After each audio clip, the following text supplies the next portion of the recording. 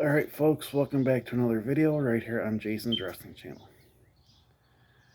Now you saw in the thumbnail, I'm going to be talking about Lex Luger. Not a video I really want to do, but it has to be done. Because somebody had asked me to do it, one of my friends asked me to do it. So here's your video. Lex Luger started in the NWA. Lex Luger was a former NWA World's Heavyweight Champion. He was also a former WCW World's Heavyweight Champion and a Tag Team World Champion, World Television Champion, United States Champion. And he also wrestled in the WCW as well. Well, the NWA became WCW after Turner Broadcasting bought it out. So in 1993, he signed with the World Wrestling Federation, and he had Bobby the Brain Heenan as his manager. Bobby Heenan was making a big deal of the narcissist Lex Luger. And that was his gimmick. He came out, he had a bunch of mirrors, and he was like posing in the mirror as he was walking to the ring. And at the end of his matches, he would pose, in the mirror again, looking at himself. That gimmick eventually just faded away. They were looking for an opponent for Yokozuna for SummerSlam that year. And Yokozuna was celebrating his win on the USS Intrepid, for winning the title. Helicopter came down. Lex Luger gets out of the helicopter. He walks towards the ring. He picks Yokozuna up and he body slammed him. He just body slammed him, and he was like celebrating on the USS Intrepid. Jim Cornette was the manager of Yokozuna, and they came up with a stipulation saying that if Luger lost, that he wouldn't get another shot at the World Wrestling Federation title as long as Yokozuna was champion. Lex Luger came back and he said, "Well, I'm glad they're so amused with themselves with the fine print, because they can fine print me and all these people here to death." He goes, "You want a stipulation of an arm pad? That's fine with me. All I asked for was one shot, one opportunity. In this great country of ours, that's what opportunity is all about." So then they came out with a bus that would take him everywhere from place to place, called the Lex Express. It took him to like different towns, different states. It pretty much toured the country.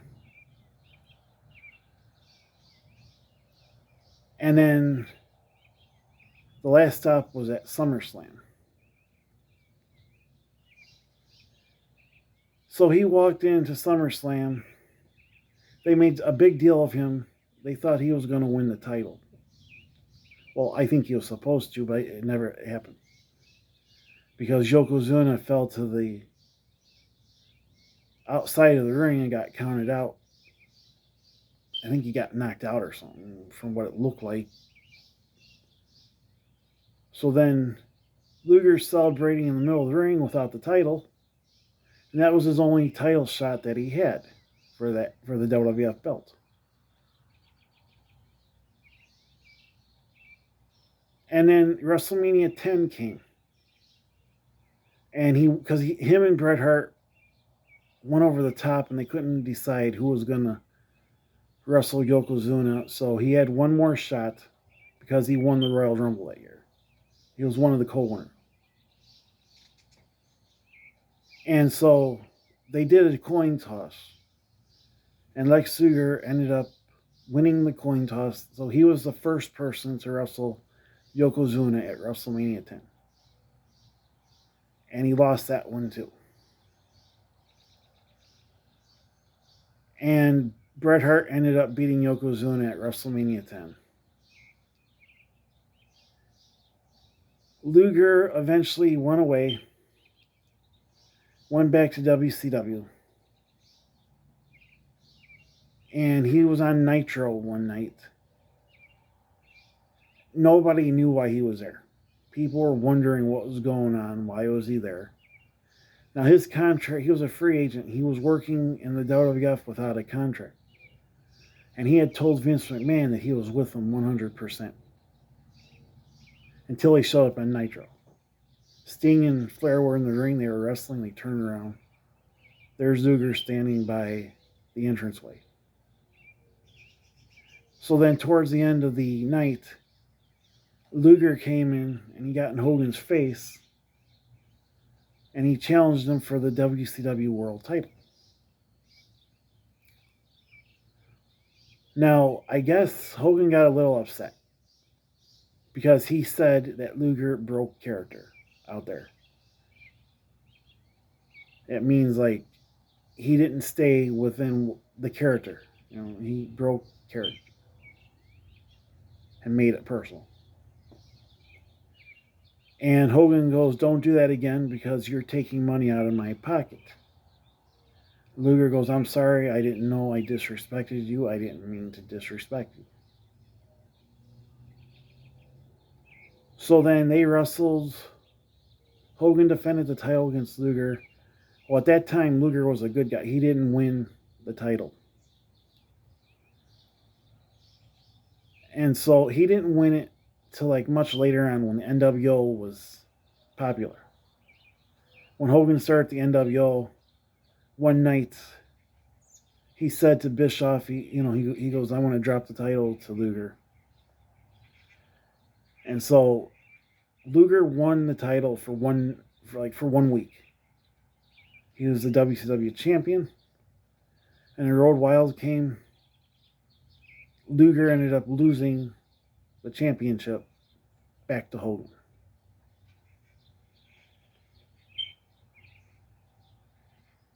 And then Vince Russo came in to WCW and he changed things. And he put Lex Luger and Elizabeth together as one. She was his manager, and he was the total package. They were called Team Package. Now, I don't think that was a very good decision on the part of Vince Russo, was to put Elizabeth with him.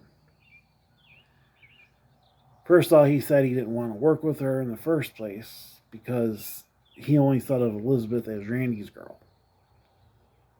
So he got Randy Savage's blessing, asking if it's okay. Savage goes, "That was a long time ago. You have my blessing." So then she was managing Luger. And eventually, WCW went out of business. And she got involved in painkillers and taking medicine for her back. And I guess one night there was a call for a domestic disturbance at Lex Luger's house. This was back in 2003, folks. She said that she fell walking the dog because she had a black eye over her right eye and a confusion over her eyebrow, or like a gash over her eyebrow. And the police didn't really do anything. They just talked to Luger about it. And she said that she had basically fell walking the dogs, which I do not believe that, but that's what they said. And then I guess the next day, Luger went out with his son. She was there popping pills and taking pills and stuff for her back. And she took vodka and tequila and mixed it together. And the alcohol mixed together and killed her. Lex Luger came home and he was heating up her food and he noticed her leaning over on the couch. He called 911 and he didn't know what to do. The 911 operator told him what to do, and he goes, "I don't think I can, I'm scared to death." She died on arrival to the hospital.